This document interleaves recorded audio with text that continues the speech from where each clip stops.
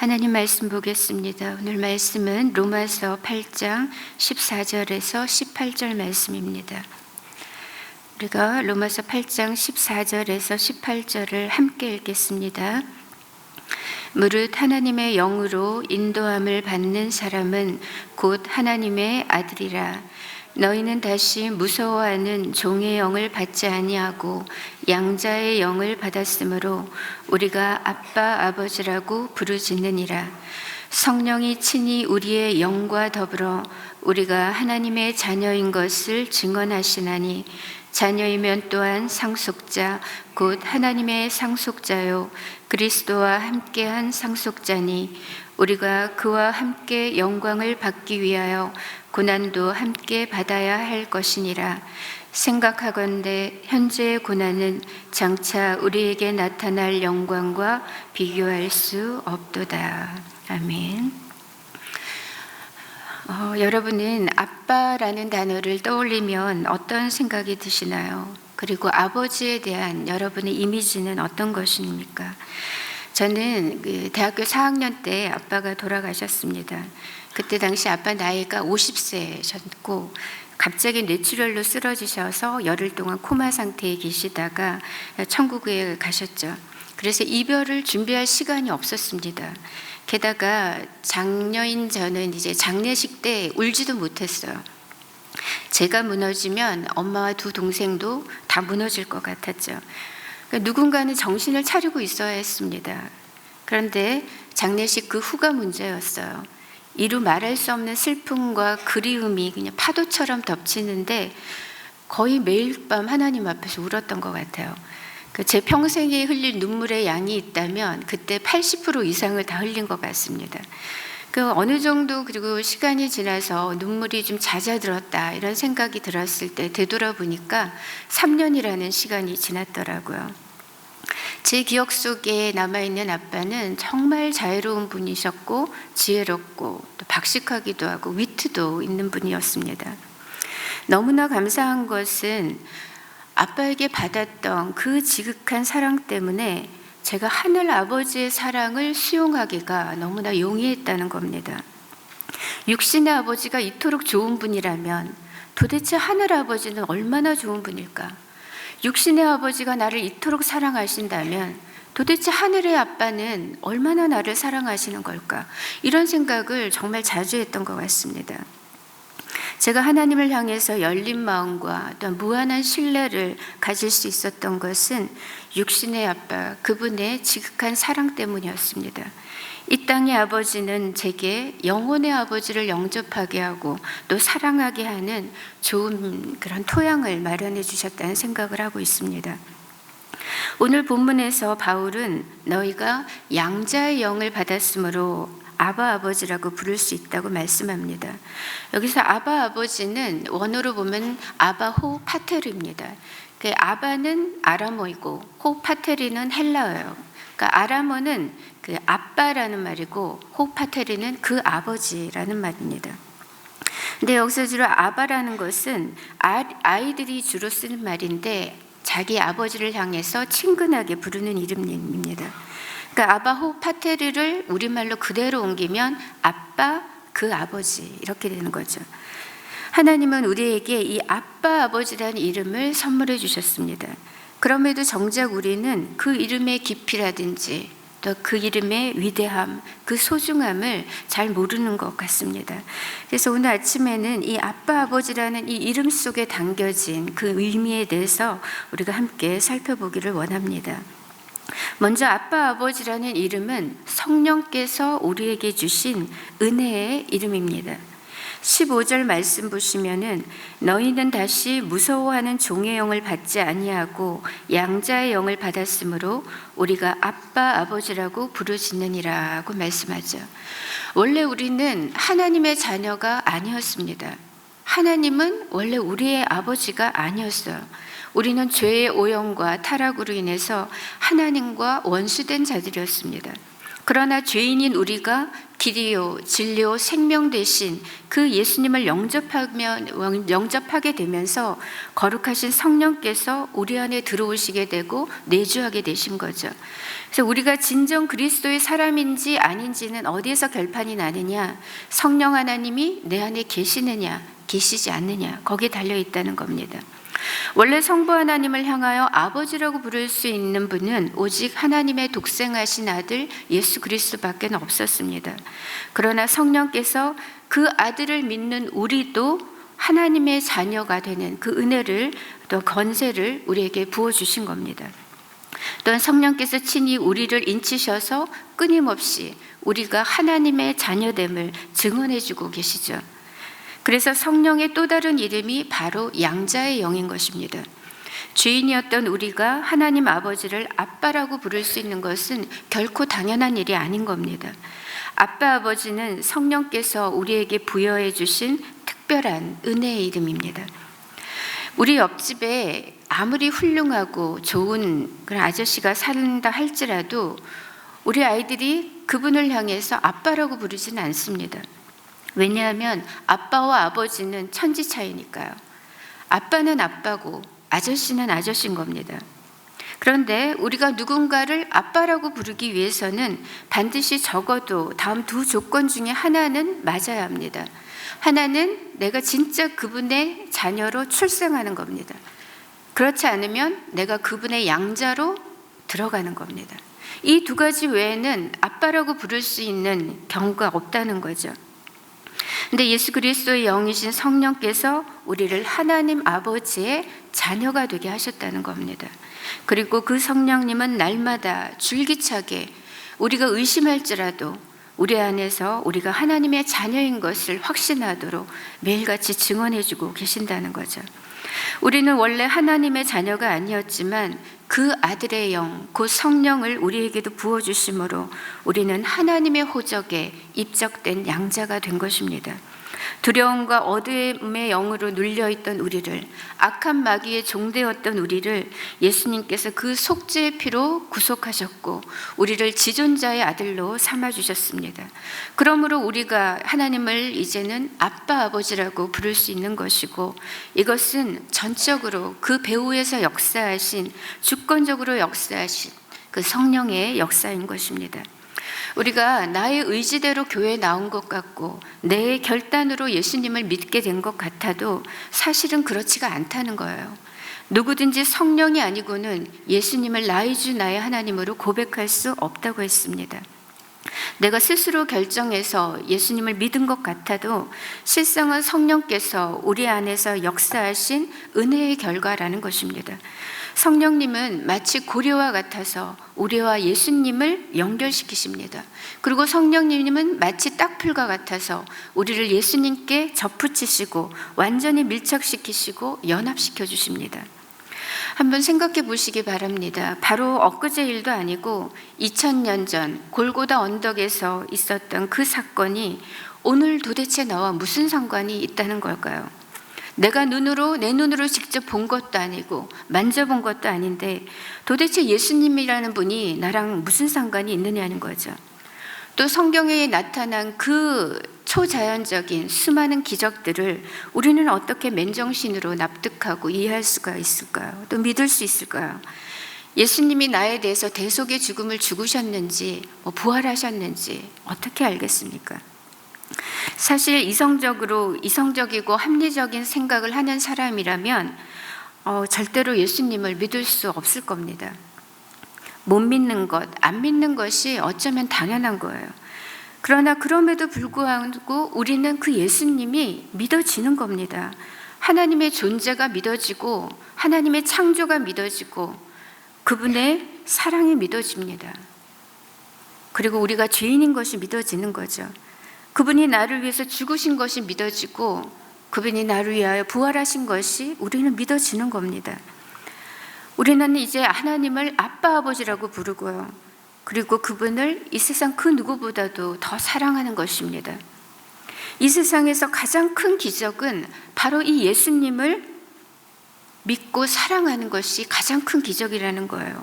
그런데 이 기적 같은 일이 가능해진 이유가 무엇이냐? 바로 성령의 역사 때문이라는 거죠. 그 2000년의 간극을 넘어서 성령님께서는 오늘 지금 나와 우리 안에 예수님이 믿어지도록 하시고 그분과 교제하도록 역사하고 계시기 때문입니다. 지금도 성령님은 우리 한 사람 한 사람을 예수님께로 인도하시고 또한 접붙이고 계십니다. 그 구속의 효력을 누리게 하시고 또 하나님의 자녀로서 담대히 살아갈 수 있는 힘과 능력을 공급해 주고 계십니다. 그리고 언제나 하나님과의 그 친밀한 교제 가운데 동행할 수 있게 하시고 각종 성령의 열매들을 맺을 수 있도록 도와주시죠. 또 예수님을 증거하게 하시고 하늘의 좋은 은사들을 부어주시며 사랑과 희락과 그 생명과 평강을 우리에게 부어주시는 겁니다. 또한 성령님은 예수를 살려내셨던 부활의 영이시기 때문에 장차 우리 죽을 몸도 다시 일으키실 것입니다. 이렇게 우리는 이 성령, 곧 양자의 영을 받아서 사랑받는 하나님의 자녀가 되었습니다. 그러므로 우리에게 주신 이 아빠 아버지라는 이 이름은 성령께서 주신 가장 보배롭고 가장 소중하고 은혜로운 이름인 것입니다. 두 번째로 이 아빠 아버지라는 말은 친밀한 관계를 담은 용어입니다. 제가 그 대학교 1학년이 되었을 때 어느 날 그 아빠께서 제게 이런 말씀을 하셨어요. 명자, 너도 이제 대학생이 되었으니까 아빠라고 할 게 아니라 이제는 아버지라고 불러야 하지 않겠니? 이러시는 거예요. 그래서 전 순간 굉장히 당혹스러웠습니다. 뭔가 맞는 것 같은데 무거운 마음도 같이 이렇게 오더라고요. 그래서 제가 며칠 고민을 하고 아빠께 이렇게 말씀을 드렸어요. 아빠 말씀대로 아버지라고 불러야 될 것 같아요. 그런데 이상하게 이 아빠라는 말은 굉장히 친근하게 들리는데 아버지는 뭔가 좀 거리감이 있게 느껴져요. 그래도 아빠가 그 거리감이 느껴질지라도 아버지라는 말을 이제 쓰기를 원하시면 그렇게 할게요. 아빠가 선택하세요. 이렇게 했어요. 그러니까 이번엔 아빠가 고민을 하더라고요. 그러더니 다시는 아빠라고 부르라고 말씀을 안 하시더라고요. 돌아가실 때까지 저는 그분을 아빠라고 불렀고 또 지금도 제게는 가장 사랑하고 친근한 아빠로 계십니다. 하나님은 왜 유아들이 즐겨 쓰던 이 아빠, 아버지라는 말을, 그 이름을 우리에게 주신 걸까요? 그것은 이 아빠라는 말이 가장 친밀하고도 친근한 사랑의 관계를 담고 있는 말이기 때문입니다. 그 어떤 호칭보다 가장 가깝고 다정하고 따뜻한 관계를 표현하는 말이 바로 이 호칭이라는 거예요. 구약에는 하나님의 이름들이 참 다양하게 나타납니다. 알고 계시듯이 대표적으로 나는 스스로 있는 자다라는 그 뜻의 야훼라든지 엘로힘, 엘샤다이, 여호와 니시, 여호와 이레, 여호와 라파 등등 굉장히 많잖아요. 그렇다면 구약에서도 하나님을 아빠라고 불렀을까요? 그렇지는 않습니다. 그런데 아버지라는 말은 나와요. 구약에서도 하나님은 여전히 자기 백성들의 아버지셨습니다. 이스라엘을 향해서 나는 내 아버지고 너희는 내 아들, 내 장자라고 출애굽기에서 말씀하셨죠. 그런데 일반적으로 이렇게 유대인들이 이렇게 생각하는, 아버지라고 이렇게 생각하는 것이 일반적이진 않았고, 또 전통적으로도 보면 유대인들은 하나님과의 그 관계를 부자 관계로 인식하기보다는 크고 거룩하고 두려우신 분으로 이렇게 더 인식했습니다. 그래서 그들은 야훼라는 이름을 언급하는 것을 극도로 꺼려했고, 서기관들은 이제 필사하다가 그 이름이 나오면 나가서 손을 씻고 와서 또 그 이름을 기록했다고 하잖아요. 근데 아버지라는 호칭을 넘어서 더 파격적인 혁명을 가져오신 분이 바로 예수님이셨습니다. 예수님을 하나님을 향해서 아빠, 아버지라고 부르셨거든요. 겟세마네 동산에서 기도하실 때도 아빠, 아버지여 라고 부르셨습니다. 사실 예수님께서 유대인들의 그 미움을 사서 죽임당하신 그 결정적인 이유 중에 하나는 하나님을 자신의 친아버지로 불렀기 때문입니다. 그리고 자신을 하나님의 아들로서 하나님과 동등되게 그렇게 표현했기 때문이죠. 더 나아가서 예수님은 우리에게 뭐라고 하시냐면, 너희가 나를 믿으면 나의 아버지가 곧 너의 아버지가 되고 나의 하나님이 곧 너의 하나님이 된다, 이렇게 말씀하십니다. 그래서 예수님께서 이 아빠 하나님과 친밀한 사귐 가운데 계신 것처럼 우리 또한 예수님 안에서 하나님과 그토록 친밀한 사랑을 누리기를 원하셨던 거죠. 예수님께서 이 땅에 오신 이유는 우리를 하나님 아버지의 사랑받는 자녀로 삼으시기 위해서였습니다.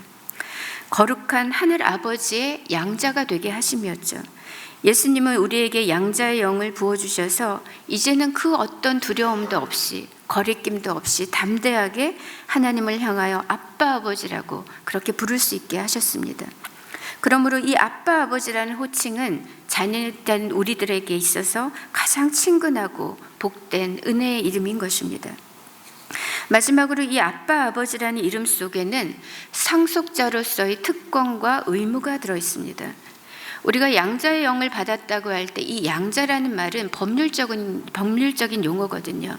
어떤 사람을 자신의 자녀로 법적으로 입적시킨다는 뜻입니다. 오늘날도 그렇지만 그 주 1세기의 로마에서는 양자 삼는 일이 굉장히 흔한 일이었다고 합니다. 그래서 우리가 아는 로마의 옥타비아누스 있잖아요. 이 사람도 그 카이사르의 양자로 들어가서 후에 로마의 초대 황제의 자리에 오르게 됩니다. 뿐만 아니라 이 네로도 그 4대 황제였던 클라우디우스 양자가 됨으로써 네로가 나중에 5대 황제 자리에 오르게 되죠. 이렇게 양자가 된 사람은 친아들과 똑같은 사랑을 받을 뿐 아니라 무엇보다도 법적으로 사회적으로 완전한 새 신분과 새 지위를 부여받고 나아가서는 아버지의 그 재산을 상속받게 되는 것입니다. 그래서 오늘 보면 17절을 다시 보시면 자녀이면 또한 상속자 곧 하나님의 상속자요 그리스도와 함께한 상속자니라고 말씀합니다. 에베소서 3장 6절에도 바울은 이는 이방인들이 복음으로 말미암아 그리스도 예수 안에서 함께 상속자가 되고 함께 지체가 되고 함께 약속에 참여한 자가 됨이라고 말씀하죠. 우리가 예수님을 믿게 되면 그분 안에서 하나님의 자녀가 됩니다. 하나님의 자녀가 된다는 것은 하나님의 가족이 된다는 것이고 하나님의 상속자가 된다는 것입니다. 그런데 문제는 이것으로 끝이 아니라는 거죠. 다시 17절 보시면 자녀이면 또한 상속자 곧 하나님의 상속자요 그리스도와 함께한 상속자니 우리가 그와 함께 영광을 받기 위하여 고난도 함께 받아야 할 것이니라. 생각하건대 현재의 고난은 장차 우리에게 나타날 영광과 비교할 수 없도다. 성경은 하나님의 자녀들이 받게 될 영광만 말씀하지 않습니다. 그 영광 이전에 고난도 함께 받아야 할 것을 말씀하죠. 우리는 이것을 스킵할 수가 없습니다. 하나님의 독생하신 아들 예수님도 이것에서는 예외가 아니었습니다. 예수님은 고난을 통해서 영광을 받으셨고 십자가를 통해 부활에 이르셨습니다. 그는 낮아지심으로 높아지셨고 우리를 위해 부끄러움을 참으사 죽기까지 순종하심으로 하나님 보좌 우편에 오르셨던 것입니다. 예수님은 오늘 우리에게도 말씀하십니다. 고난 없는 부활은 없다. 십자가 없는 영광은 없다. 이렇게 말씀하십니다. 우리는 장차 하나님 나라를 상속받고 그 영광의 유업을 이어받을 사람들입니다. 그러나 그 전에 잊지 말아야 할 것은 먼저 주님이 가신 그 고난의 길을 우리도 그분을 따라서 묵묵히 또 이어가야 한다는 것입니다. 예수님의 이름을 위해서, 복음을 위해서 그리스도의 남은 고난을 우리의 몸에 짊어져야 한다는 것입니다. 빌립보서 1장 29절에 우리가 함께 읽겠습니다. 그리스도를 위하여 너에게 은혜를 주신 것은 다만 그를 믿을 뿐 아니라 또한 그를 위하여 고난도 받게 하려 하심이라. 디모데후서 2장 3절도 같이 읽습니다. 너는 그리스도 예수의 좋은 병사로 나와 함께 고난을 받으라. 하나님의 상속자는 그 영광 이전에 고난도 함께 받아야 하는 사람들입니다. 이것은 너무나 불편하지만 진실입니다. 십자가 없는 영광을 말하는 것은 가짜 복음입니다. 그러나 우리가 두려워할 필요가 없는 것은 고난의 자리라 할지라도 여전히 그곳에 전능하신 하늘 아버지께서, 우리를 사랑하시는 그 아빠 하나님께서 우리와 함께 하시고 또한 우리로 하여금 이기게 하실 것이기 때문입니다. 현재의 고난은 장차 우리에게 나타날 그 영광과 좋게 비교할 수 없다고 했습니다. 그만큼 예수님과 함께 이어받게 될 하늘의 영광이 어마무시하다는 거예요. 이 땅에서 주님을 위해 감내한 작은 고난이 하나님 나라에서는 엄청난 상급으로 주어질 것입니다. 이제 말씀을 맺겠습니다. 사랑하는 성도 여러분, 우리는 예수님을 믿음으로 하나님의 사랑받는 자녀가 되었습니다. 그리고 양자의 영이신 성령을 받아서 하나님의 상속자가 되었죠. 하나님 아버지는 우리에게 아빠 아버지라는 그 위대하고 따뜻하고 친밀한 이름을 선물해 주셨습니다. 우리는 하나님의 자녀로서 이제 고귀한 지위와 신분과 권세와 복을 누리게 된 것입니다. 하나님 아버지를 아빠 아버지라고 부르는 우리는 모든 것을 가진 사람들입니다. 그리고 이 세상에서 가장 행복한 사람들입니다. 우리를 예수 안에서 자녀 삼아 주신 그 하나님의 은혜에 늘 감사하시기 바랍니다. 그리고 존귀한 하나님의 자녀로서의 그 프라이드를 가지고 오늘도 하나님과 깊이 동행하고 교제하고 사귀는 삶을 살아가시기 바랍니다. 동시에 그리스도의 남은 고난을 주님의 나라와 또 주님의 몸된 교회를 위해서 우리의 육체에 채워가며 또 주님의 고난에 동참하는 참 제자의 삶을 살아가는 저 여러분 되시기를 우리 주님의 이름으로 축복합니다. 자, 우리가 오늘 주신 말씀을 위해 기억하면서 먼저 감사의 기도를 드리면 좋겠습니다. 먼저 그 아빠 아버지라는 그 은혜의 이름을 우리에게 주심을 감사했으면 좋겠습니다. 가장 친근하고 친밀한 이름을 우리에게 주셔서 하나님의 사랑받는 자녀 삼아 주심을 이 시간 고백하고 또 감사했으면 좋겠고요. 또 하나님 나라의 그 상속자로서의 특권을 주시고 또 주님의 고난에 동참할 수 있는 그런 은혜를 주신 것을 우리가 또한 기억하면서 각자의 십자가를 지고 또 나를 부인하면서 또 복음을 위해 고난받기를 두려워하지 않는 삶을 담대히 살아갈 수 있게 해달라고 우리가 하나님 앞에 간구하며 나가겠습니다. 그리고 이어서 우리 가정의 아버지를 위해서 기도하겠습니다. 하나님 아버지의 성품을 닮은 하나님의 거룩과 사랑을 나타내는 하나님을 경외하는 우리의 아버지가 되고 아빠가 될 수 있기를, 믿음의 가장들이 될 수 있기를 기도하겠습니다.